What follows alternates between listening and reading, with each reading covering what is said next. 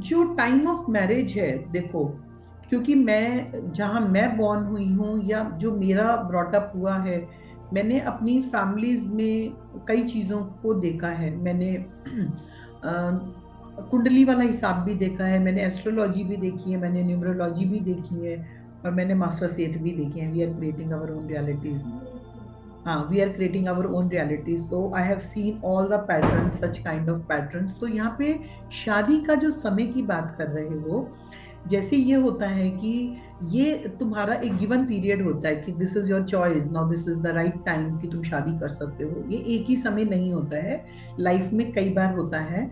और तुम लोगों ने अगर कभी भी इस चीज को डिस्कस किया, at the age of 21, it started from when, जब तुम बड़े हो जाते हो, at the age of 18 19, then the age of the 21 22, then the age of 25 26। अब जब 27 28 तक शादी नहीं होती तो भी जब मर्जी करो, like because the time period जो कि एक गृहस्थ आश्रम के लिए होता है, इस तरह से डिवाइड होता है। On the other part is कि you have chosen your life partner also, yes of course, yes।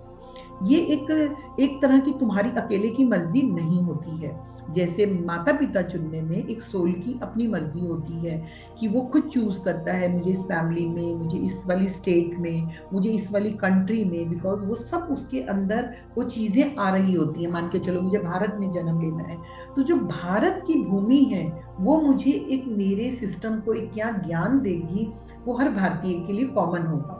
हर भारतीय के लिए, मैं अमेरिका में जन्म लेती हूँ तो वो हर अमेरिकन के लिए कुछ फीचर्स कॉमन रहेंगे। वो होता है स्थान को चुनना, माता पिता को चुनना, वो पर्टिकुलर माता पिता मुझे क्या देंगे। जहाँ हस्बैंड वाइफ की बात आती है, हस्बैंड वाइफ का चॉइस ऐसा करके होता है कि तुम दोनों एक दूसरे को चुनते हो।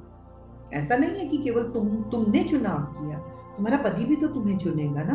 तो ये जो चुनाव करते हैं, ये जो हमारा ब्लूप्रिंट होता है, हमारा पैटर्न होता है इस लाइफ में, हम अपने पार्टनर के संग किस तरह का पार्टनर चाहते हैं, ये उनके ऊपर डिपेंड करता है कि अब आपको लाइफ में, इस लाइफ टाइम में कौन सी लर्निंग्स लेनी है, आपको क्या सीखना है। मान के चलो मैं कुछ बात कह रही हूँ और मान के चलो तुम्हारा हस्बैंड कुछ और बात कह रहा है। अब देखने में आएगा कि अरे ये तो हस्बैंड वाइफ के विचार ही नहीं मिलते, दोनों बिल्कुल डिफरेंट हैं।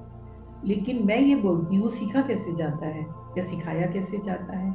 अगर सेम चीज है तो ना सीखने के लिए कुछ बचा, ना सिखाने के लिए कुछ बचा। अलग होगा तभी तो कोई सीखेगा और कोई सिखाएगा। सेम होगा तो क्या सीखेगा और क्या सिखाएगा। लेकिन हम जब अपनी जोड़ी बनाते हैं, हम अपना एक पेयर बनाते हैं, तब ये हमारी चॉइस होती है, हम कितना कंट्रास्ट लेते हैं, कितना सिमिलर लेते हैं। और और तो ये हस्बैंड वाइफ तो एक इस तरह का मुझे कितना प्यारा संबंध लगता है, जिसमें कहीं ना कहीं वो तुम्हें कुछ दिखा रहे होते हैं, कुछ बता रहे होते हैं। आपको सिंपली देखना होता है, समझना होता है, और ये देखना होता है कि आपका क्या रोल है, या आपको जो ऐसा हस्बैंड मिला है वो बेसिकली आपको क्या बता रहे हैं। आपको उन्हें कुछ टीच करना है, उनसे कुछ सीखना है, या वो किस चीज का इशारा कर रहे हैं। वो बहुत सारे इशारे होते हैं जो आपका लाइफ पार्टनर आपको क्लूज दे रहा होता है, जिस I can say the clues. Yes.